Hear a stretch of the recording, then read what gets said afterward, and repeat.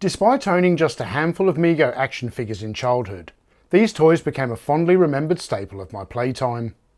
At the top end of the fun scale and my clear favourite was the 12-inch Incredible Hulk, with him being the central character in many of my youthful adventures.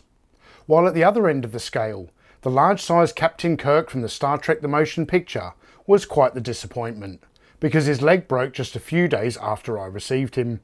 Sandwiched between these two characters was my 8-inch Mego version of The Amazing Spider-Man, and at that time I was also watching the Spider-Man and His Amazing Friends cartoon on weekday afternoons. So of course I wanted Iceman and Firestar action figures to go along with Spidey, but there were none available. Later in life I learned that Mego never produced these characters, and the only way people could add these figures to their collections was by being a very talented customizer. Something else I learnt was that even though Spider-Man remained Mego's best-selling Marvel superhero action figure, he was massively underserved in terms of supporting characters, with only 2 Spidey-related villains ever produced. So let's take a look back at the history of Mego Spider-Man and his not-so-amazing friends. Stay tuned. Come with me, toy fans.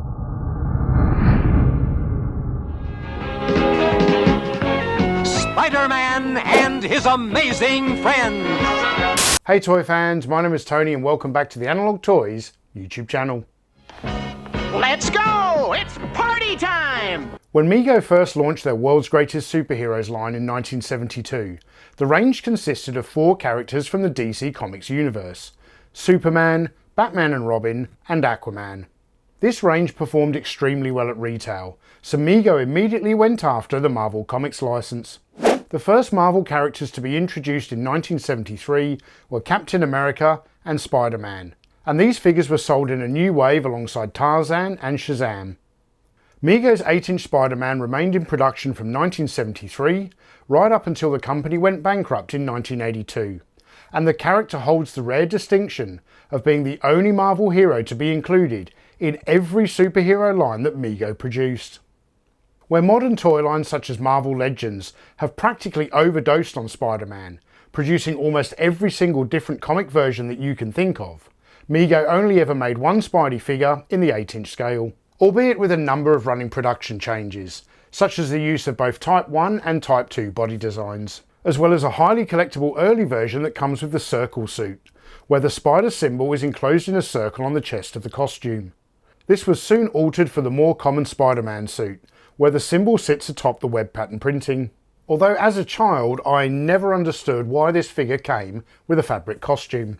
If I remember correctly, I received my 8-inch Spidey in 1981, yet at that time I wouldn't have known that the figure had been around since 1973. Back in the early 70s, action figures were more like dolls, that all came with removable clothing, and it wasn't really until the 3 3/4 inch revolution of the late 70s when we started seeing figures being fully moulded in plastic. Now don't get me wrong, I clearly have no issue with dolls for boys. I mean, I have an enormous collection of Action Man. But the cool thing about those figures was that the interchangeable clothing allowed you to dress your Action Man for any number of different adventures. Yet when you remove Spider-Man's costume, he had bright red hands and he was still wearing his mask. So you couldn't turn him into Peter Parker, making the whole concept of a removable costume entirely worthless. Well, I suppose it probably comes in handy when Spider-Man needs to go to the loo. What is this? Cream of garbage juice? Perhaps this is why Mego introduced a Peter Parker outfit with an alternate head to their Secret Identities range, with this head being a repainted version of the one that came with Shazam. Yet not many children got the opportunity to play with Peter Parker, because this set was exclusive to the 1974 Montgomery Ward Christmas catalogue, and they are rarer than hen's teeth today. Mego also released their first wave of super foes that year, which included 3 Batman villains and 1 Superman foe that the company advertised as the Man of Steel's arch enemy. Yet despite the massive popularity of Spider-Man, none of the Wallcrawler's enemies were included in this wave. In fact, we would have to wait until 1975 before the first and only Spider-Man villains were released, and these were Green Goblin and the Lizard. Mego clearly put a lot of effort into their Lizard action figure, who not only had a unique head, he also came with newly tooled hands and feet. Lizard's head sculpt is really well done, and vastly superior to some of Mego's earlier designs, and the company used this head to create a Gorn action figure for the Star Trek line. Lizard comes with a soft goods lab coat, and his tail is also made out of fabric and stitched onto the back of his underclothes. I caught me a wall crawler! You're at the mercy of the real Green Goblin! Green Goblin is one of the best figures in the world's greatest superheroes line, thanks to his truly terrifying head sculpt. With pointy ears, wide eyes and a menacing grin, this face would have been nightmare fuel for me in childhood. Green Goblin also comes with a very colourful and nicely tailored outfit that faithfully captures the costume worn by the character in the comics. Norman Osborn's alter ego wears a pair of uniquely sculpted boots, and the inclusion of a satchel was a really thoughtful addition to the character's overall ensemble.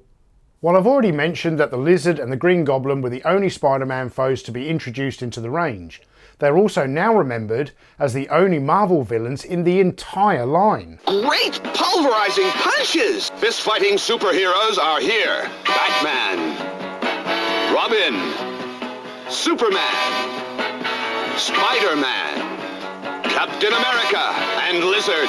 You control their power-packed punches. You get dynamic double action with the fearless flying fists of fist-fighting superheroes from Palitoy.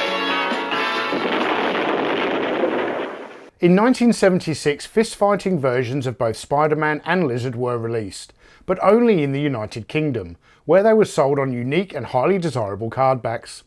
These action figures included a punching play feature that was operated by a button located on their backs, and they are very collectible today, both loose and carded. Sadly, the Green Goblin was discontinued after just 1 year and was never given the fist fighter treatment. Also released in 1976, but this time stateside, the Spider Car was a really silly Spider-Man toy, whose concept was initially rejected by Mego.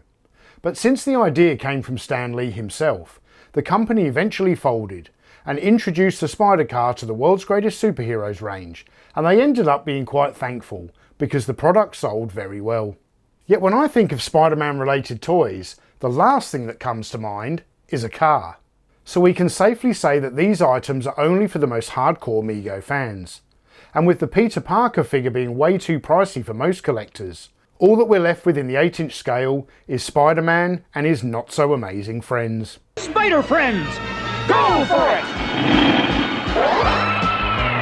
When you consider that Batman had a sidekick, numerous villains, several vehicles, and an enormous Wayne Foundation playset, it's almost criminal that Mego's most popular Marvel action figure received so little in the way of related toy products.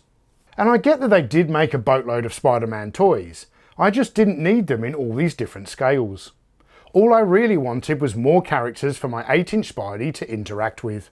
In an alternate universe, they could have produced action figures of characters like Sandman or Dr. Octopus, and it's the prospect of possibilities like these that still keeps me up at night.